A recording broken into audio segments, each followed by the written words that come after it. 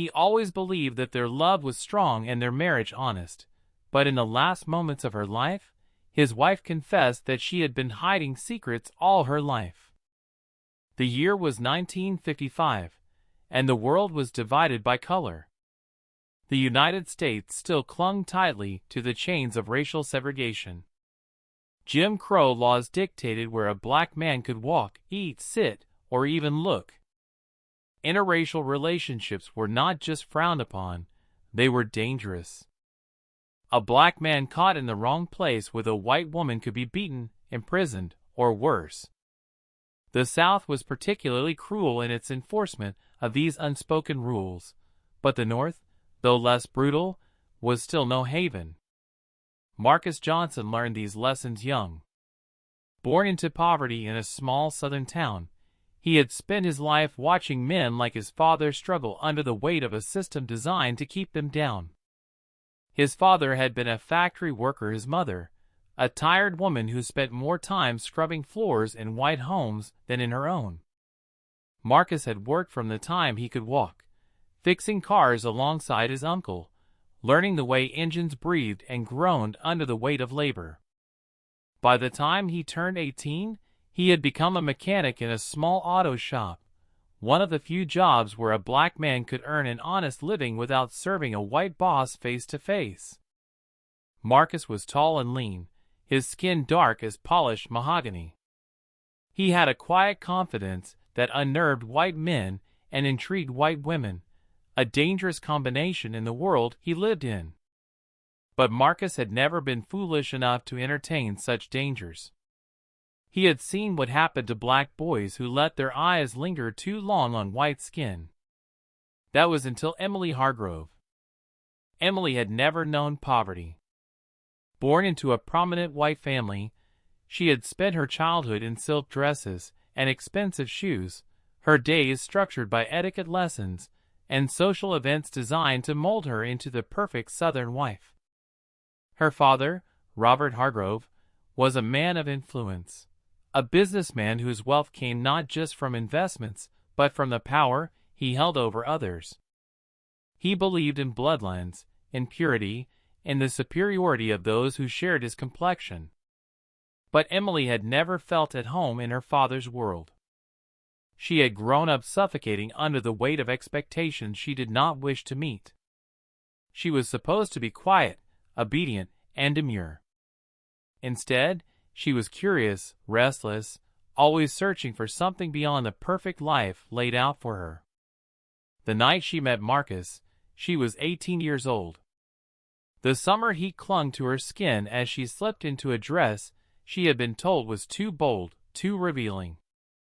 The air smelled of whiskey and cigarette smoke as she entered the dimly lit basement where the music of rebellion played, jazz, smooth and electric notes curling around the edges of segregation like whispers of defiance.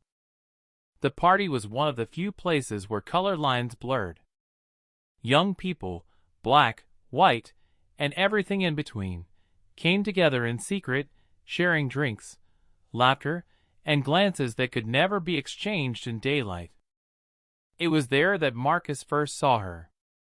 She was nothing like the white women he had been warned about. There was no fear in her eyes when she met his gaze, no hesitation in the way she moved toward him. Her blonde hair cascaded over her shoulders, her blue eyes alight with something dangerous.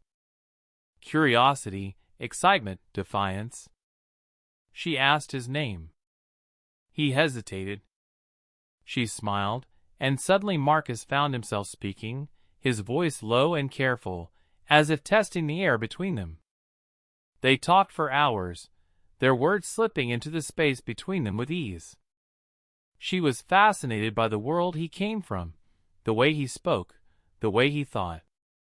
He was worried but intrigued by her boldness, by the way she seemed untouched by the fear that governed his own life. It was intoxicating. It was foolish. It was inevitable. When the night ended, she told him she wanted to see him again. He knew he should walk away, but he didn't. The first time her father saw them together, it was an accident. Marcus had been working late at the auto shop when Emily appeared at the edge of the garage, her pale skin illuminated by the glow of the street lamp. His heart clenched as he glanced around, his pulse hammering in his ears. She shouldn't be there. It wasn't safe. But before he could usher her away, a black car pulled up to the curb. Robert Hargrove stepped out. The world seemed to stop. Marcus saw the moment realization dawned in the man's eyes, the way his face twisted in rage, the way his body tensed with the kind of fury only white men had the privilege of expressing. Emily tried to speak, but her father silenced her, with a glare so cold it could have frozen the summer air. Then, without another word, he grabbed her by the arm and dragged her away. Marcus didn't move. He knew better than to follow. The next morning, he found a note slipped under the door of the garage. "Stay away from my daughter." It wasn't a warning. It was a threat. And for the first time in his life, Marcus realized that he was not afraid of white men like Robert Hargrove. He was afraid of what he was willing to risk for Emily. The next few weeks were hell. Emily was forbidden from leaving the house. Every move she made was watched, every phone call monitored. Her father refused to speak to her, as if acknowledging her existence would somehow taint him. Her mother said nothing, only watching her with unreadable eyes. Emily tried to fight. She argued, she screamed, she begged. But her father's will was law, and there was no court that would side with a daughter who dared defy the man who owned her world. And yet, she found a way. A letter slipped into the pocket of a delivery boy. A whisper in the ear of a maid who had once known love beyond color lines. A meeting late at night, when the world was asleep. She found Marcus again, and this time she told him what he already knew. Her father would never let them be together. But she had made her choice. And she'd chosen him. It was a reckless decision, a dangerous one. A white woman running away with a black man was not just scandalous, it was criminal. There would be no mercy, no understanding, no forgiveness. But love had never cared for laws, and so in the dead of night, with nothing but the clothes on their backs and the fire in their hearts, they ran. They ran from the chains of her father's power, from the weight of a world that would never accept them. They ran toward a future that had no guarantees, no promises, no safety, only the hope that together they could carve out a life of their own. They had no idea that the real danger had only just begun. The night air was thick with the weight of their decision. Emily's hands trembled as she clutched the small suitcase she had packed in secret, filled with only the barest essentials. A dress, a few coins, a photograph of her mother that she wasn't sure why she had brought. It was absurd how little of her life she could carry with her. Everything she had known, her home, her name, her status, she was leaving behind. Marcus stood at the edge of town, waiting beneath the shadows of the abandoned train station. He had no suitcase, no photographs. His whole life had always been light enough to carry. When she saw him, she wanted to run to him, to throw herself into his arms and let the fear fall away. But she held herself steady. There was no time for softness, no time for hesitation. They had only one chance to disappear. A train that would take them north was due within the hour. It was a freight train bound for a factory town in Illinois, where mixed-race couples were rare but not illegal. It was their best option. Emily glanced behind her one last time, half expecting to see her father's men storming toward her, dragging her back to the life she had just abandoned. But the streets were empty. Still, the fear lingered. Marcus took her hand, rough, calloused, steady. "You sure?" His voice was quiet but firm. Emily swallowed the lump in her throat and nodded. They boarded the train, hiding among crates and sacks of grain. No one saw them leave. No one knew where they were going. For the first time in her life, Emily was free. The journey was long and grueling. They traveled in darkness, their bodies stiff from crouching in the narrow space between cargo boxes. The sound of the train wheels rattled through Emily's bones, each clank a reminder that there was no turning back. Marcus barely spoke. He was always listening, always watching. Every time the train stopped, he tensed, waiting for the sound of approaching footsteps, for the doors to slide open and reveal men with guns ready to tear them apart. But no one came. On the second night, they reached Illinois. The factory town was a far cry from the elegant streets of Emily's childhood. The air was thick with smoke, the streets lined with soot-covered buildings, and people weary from long hours of labor. But here they were just another couple. No one looked twice at a white woman standing beside a black man. It wasn't acceptance, it was indifference. And indifference was enough. They found a place to stay in a cramped boarding house, where the walls were thin and privacy was non-existent. Their room was barely big enough for the narrow bed they shared, but it was theirs. Marcus took a job at the local steel mill, working 12-hour shifts in unbearable heat. Emily found work as a seamstress, her fingers blistered from long hours of stitching. It was hard, grueling, and nothing like the life she had known, but she never complained, because for the first time, she had chosen this life. The marriage took place in a tiny church on the outskirts of town. There were no guests, no flowers, no music, just the two of them and a preacher who barely looked at them as he muttered the vows. There was no ring, no celebration, just a quiet exchange of promises spoken not for the world but for each other. When the ceremony ended, Emily stood outside the church, staring up at the sky, feeling the weight of the moment settle in her chest. She was no longer Emily Hargrove, daughter of privilege. She was Emily Johnson, wife of a black man in a world that would never fully accept them. And yet, she felt lighter than she ever had before. The first year of marriage was a test. The factory town was safer than the South, but it did not mean it was kind. Marcus's co-workers kept their distance, uncertain what to make of the man who had arrived with a white wife. The women in the town looked at Emily with wary eyes, unsure if she was lost, confused, or simply foolish. They were tolerated but never welcomed. Money was always tight. Some nights they went to bed hungry. Emily learned how to mend clothes until they were more stitched than fabric. Marcus learned how to stretch every dollar, bargaining for scraps at the market, working overtime until his body ached.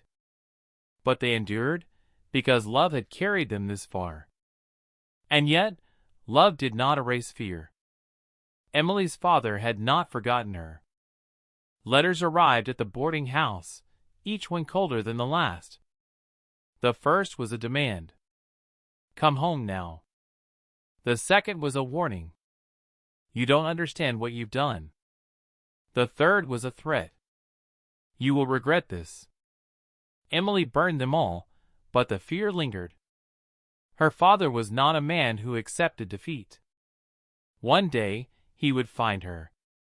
And she did not know what he would do when he did. That fear crept into her dreams. It whispered in the back of her mind when she walked through the market, when she saw men in suits glancing at her too long, when she heard footsteps behind her at night. And so, without telling Marcus, she began to save money. At first, it was just a few coins tucked beneath the mattress, then a few bills hidden in the hem of her dress. She told herself it was nothing, just a precaution, a habit born from fear, not from doubt. But deep down, she knew the truth. She had chosen Marcus, but part of her still feared that one day she would have to leave him behind. The years passed, and life in the factory town settled into a pattern. It was never easy, never truly comfortable, but it was theirs. Marcus worked himself to the bone, coming home each night with aching muscles and soot-stained hands. Emily stitched clothes until her fingers bled, her once delicate hands now rough with calluses.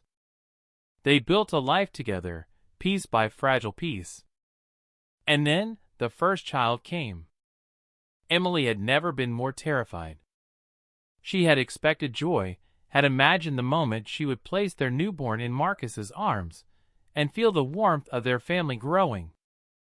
But when she saw the tiny boy wrapped in blankets, she felt something else entirely. Guilt. Because as she looked at her son, she couldn't stop thinking about the child she had abandoned. She had been 17, a different girl in a different life. Her family had kept the pregnancy a secret, hiding her behind closed doors, telling friends and relatives that she had taken ill and needed rest. She had never been given a choice. When the baby was born, a boy, just like this one, she had barely been allowed to hold him before he was taken away. Her father had arranged for everything.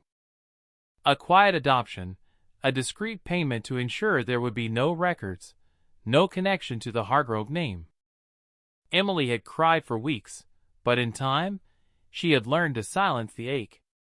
She told herself that it was for the best, that the child would have a better life without her, without the burden of scandal.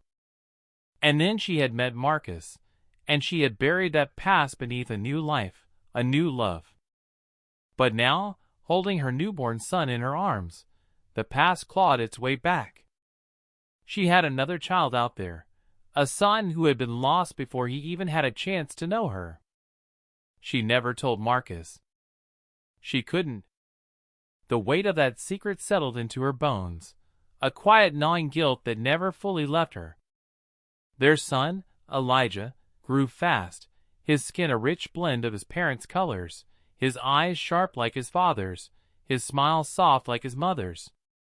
He was the first thing they had ever truly built together, a living testament to their love. And yet, Emily couldn't shake the feeling that something was missing. She dreamed of the child she had given away. She wondered if he looked like Elijah, if he had her nose, if he had Marcus's steady gaze. She wondered if he ever thought of the mother he had never known. She never spoke of it. Instead, she buried it deeper, and she devoted herself to Elijah, to Marcus, to their life. But the past had a way of creeping back, even when you tried to outrun it. Years passed, and another child came. Sophia. She was wild from the start, loud and unafraid, her laughter filling the tiny rooms of their boarding house. She had none of her mother's softness, none of her father's quiet. She was a force unto herself, a storm in a little girl's body. Emily adored her. But with each passing year, the secret grew heavier. She imagined the boy, now a young man, living in some unknown city, perhaps in a house much like theirs, perhaps wondering who he was. She prayed that he had been given a good life. She prayed that he had never felt abandoned. And she prayed that Marcus would never find out. But secrets have a way of poisoning everything. Emily became quieter, more distant. Marcus noticed.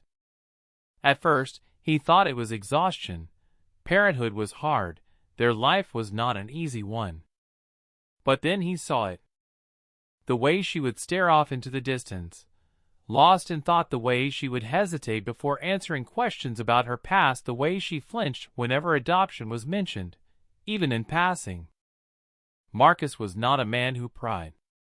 He respected silence, understood that some wounds were too deep to touch. But this was different. This was his wife slipping away from him. One night, long after the children had gone to bed, he found her sitting at the small wooden table in their kitchen, staring at a torn piece of fabric in her lap. She didn't notice him at first, and for the first time in their marriage, Marcus felt a distance between them that terrified him. There were things she was not telling him, things she never would. And for the first time, he wondered if he truly knew his wife at all. Emily had always known that marriage was not the fairy tale that books and films made it out to be. She had known even as a child that love and survival were often two separate things. But she had never expected to live in a marriage built on both. Marcus was a good husband. He was steady, patient, reliable. He worked hard to provide for her and the children, never once complaining about the exhaustion that came with 12-hour shifts at the steel mill. And he loved her. She had no doubt about that. But she carried a secret that weighed heavier than any love could lighten. Because when she had married him, she had not done it out of love. She had done it out of fear. She had grown up knowing that her father would choose her husband for her. That was the way it was done in families like hers, old Southern money, bloodlines traced back to colonial wealth. Women did not choose, they were chosen. Her father had spent years grooming her for marriage, introducing her to the sons of bankers, lawyers, businessmen. He had lined them up like racehorses, inspecting them for pedigree, for wealth, for the right kind of arrogance. And she had played along. She had smiled, nodded, let them take her hand, let them lead her across ballroom floors. She had done what was expected until Marcus. Until she had seen something different. A man who did not belong in her world, a man who made her question everything she had been taught. And she had run to him not because she had loved him, but because she had been terrified of what her life would become if she didn't.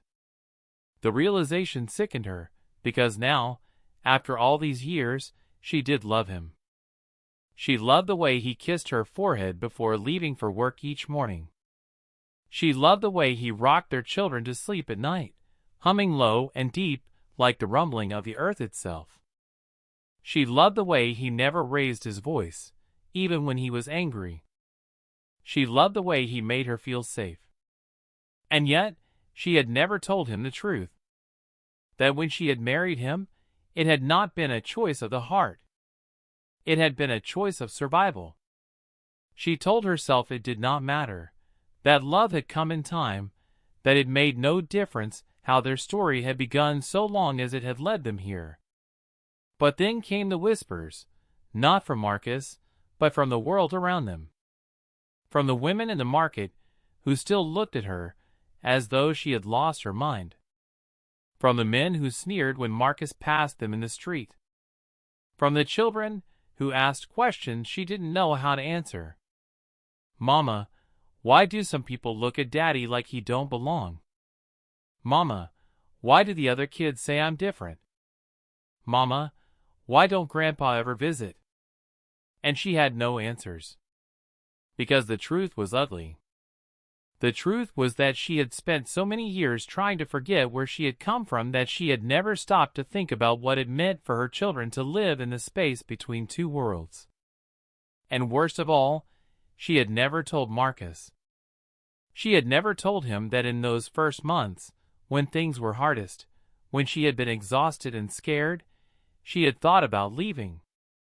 She had looked at the money she had hidden away, had counted it over and over in the quiet hours of the night, wondering if it was enough to take the children and disappear. She had never planned to do it, but the fact that she had considered it at all haunted her. Marcus was no fool. He saw the way she avoided certain questions. He saw the way she hesitated when he asked about her past, the way she grew quiet when their children spoke of race, of belonging, of the things that set them apart. And he wondered, not just about her secrets, but about her love. Did she love him because he was her choice? Or because he had been her only escape? It was a question he was afraid to ask, because he wasn't sure he wanted to know the answer. Emily had convinced herself that the past was behind her. She had built a new life, a family, a home that, while modest, was safe. The world outside there still looked at them with suspicion, but inside, they had found something close to peace. But peace was fragile, and the past had a way of creeping back when you least expected it. The first letter arrived on an ordinary afternoon. It was slipped under the door while she was out shopping, a thin white envelope resting on the wooden floor like a ghost from another life. She stared at it for a long time before picking it up. There was no return address, just her name. The handwriting was unmistakable. Her father's.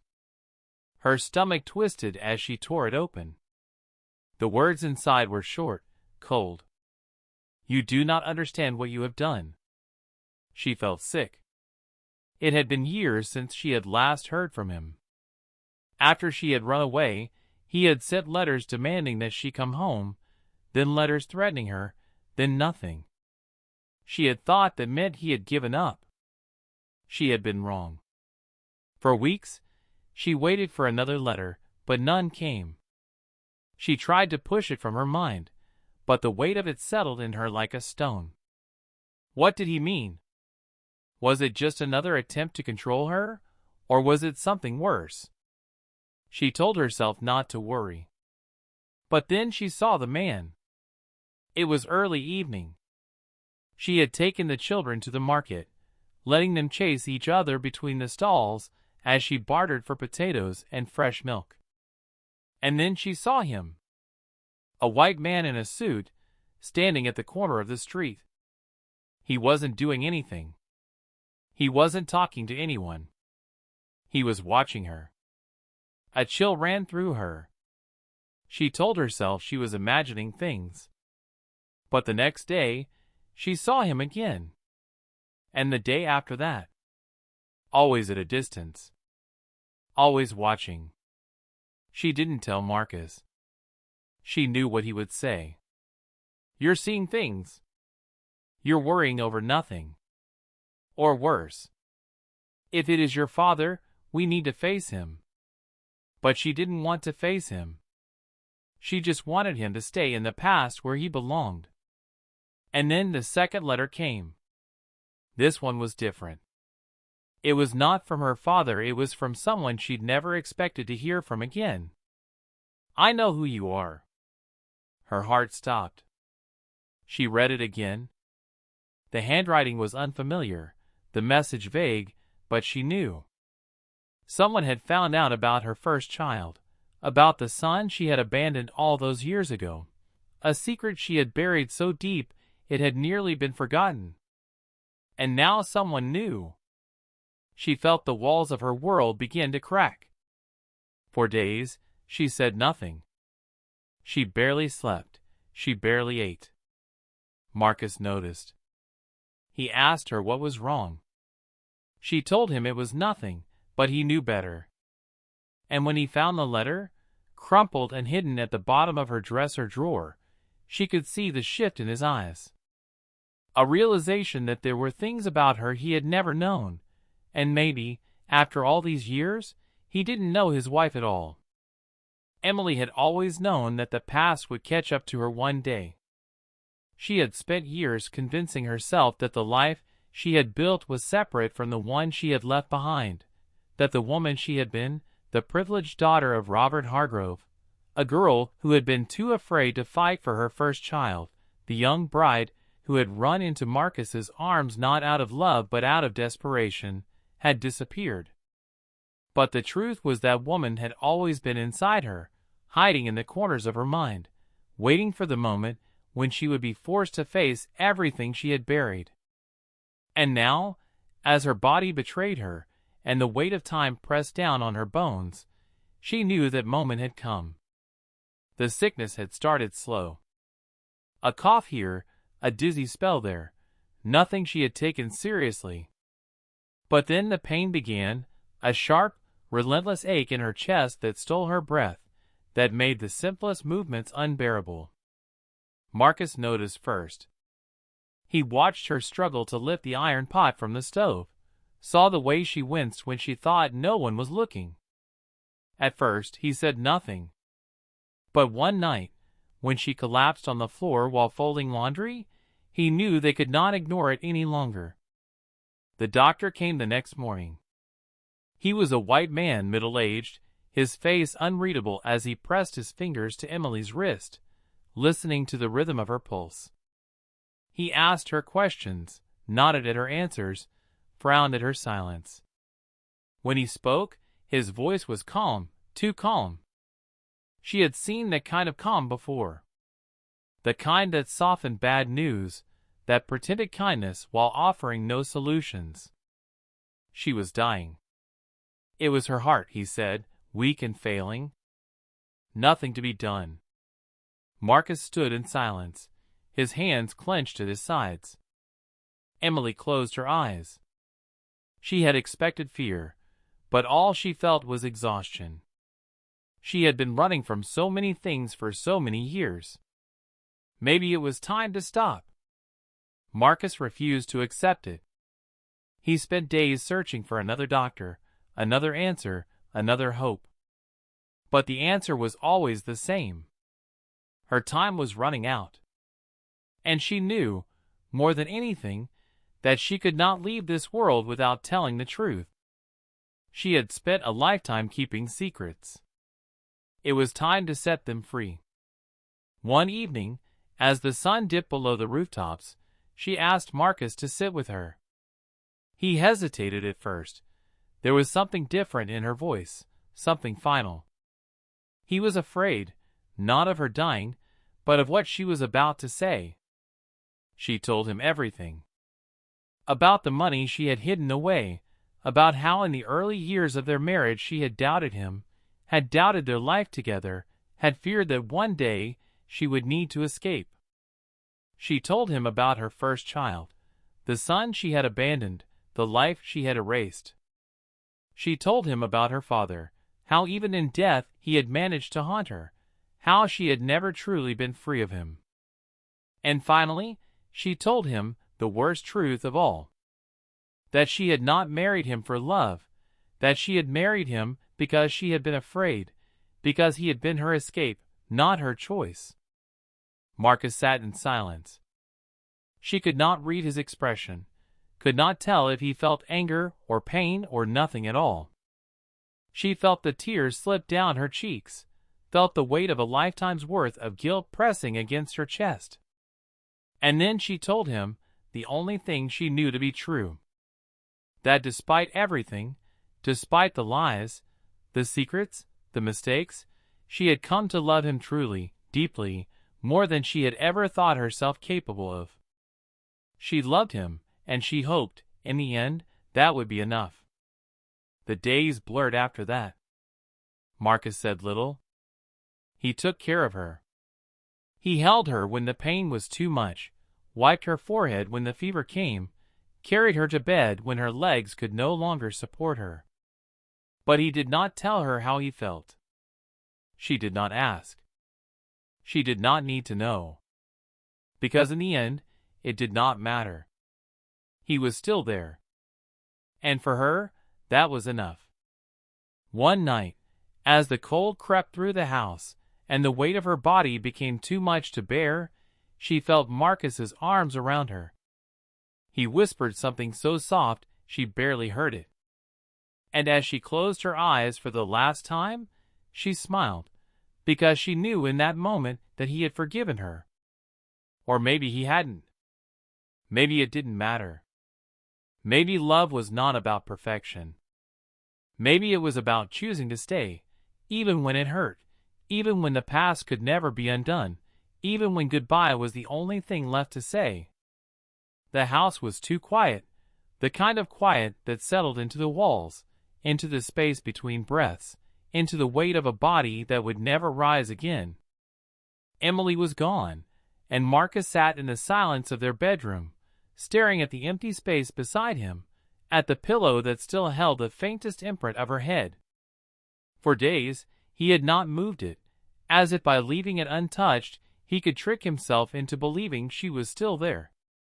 But the truth was inescapable. She was gone, and she had left him with a lifetime of secrets. Her confession had broken something inside him, not because she had lied, but because he had never truly suspected.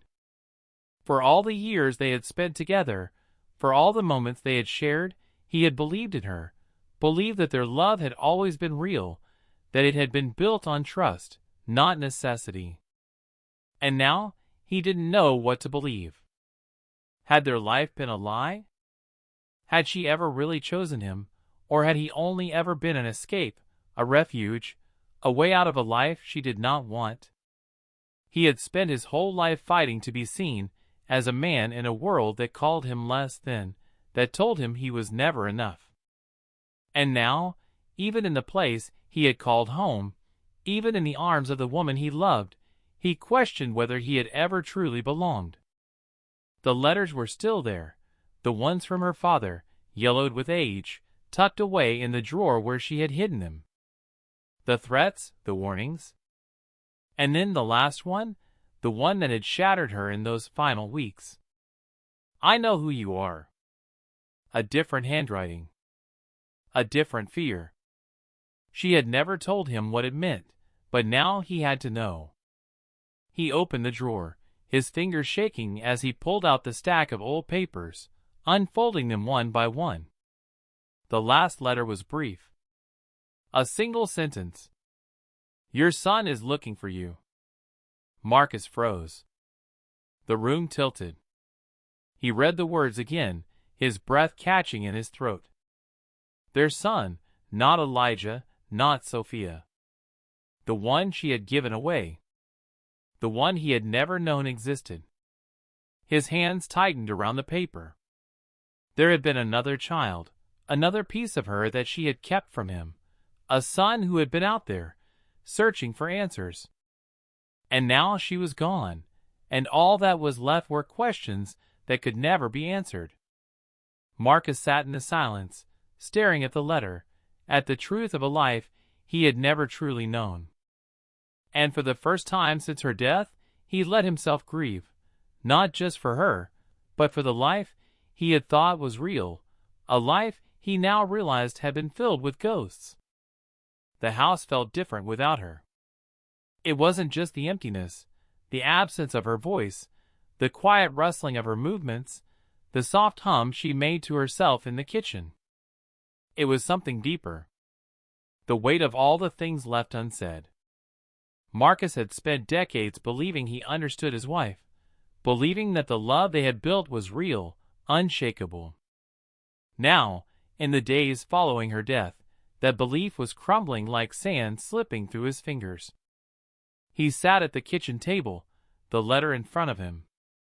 Your son is looking for you. The words felt like a wound that wouldn't stop bleeding. Emily had been carrying this truth for years. She had let it fester inside her, let it eat away at her, and she had never told him. Marcus clenched his fists, staring at the faded ink. How could she? How could she sit across from him at the dinner table every night, knowing she had another child in the world? How could she watch their children grow and never once speak his name?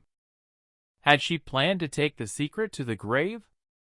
She had confessed so much before she died. The money, the doubts, the fact that she had not married him for love, at least not at first. But this she had kept. And now Marcus was left to deal with it alone. Elijah and Sophia didn't understand. They were grieving too, but their pain was different. To them, Emily had been a mother, steady and constant, the center of their world. To Marcus, she had been more. She had been his partner, his home, the woman he had fought for, the woman he had trusted more than anyone else in the world. Now, he wasn't sure what had been real, and what had been a carefully constructed illusion. Was love still love if it had started as a lie? He didn't know, and he wasn't sure he wanted to find out. Days passed. Marcus worked because it was the only thing that made sense. The steel mill didn't care about grief. It didn't care that his wife was gone, that his world had shifted beneath his feet. It demanded the same thing every day. His sweat, his strength, his time. That, at least, was simple.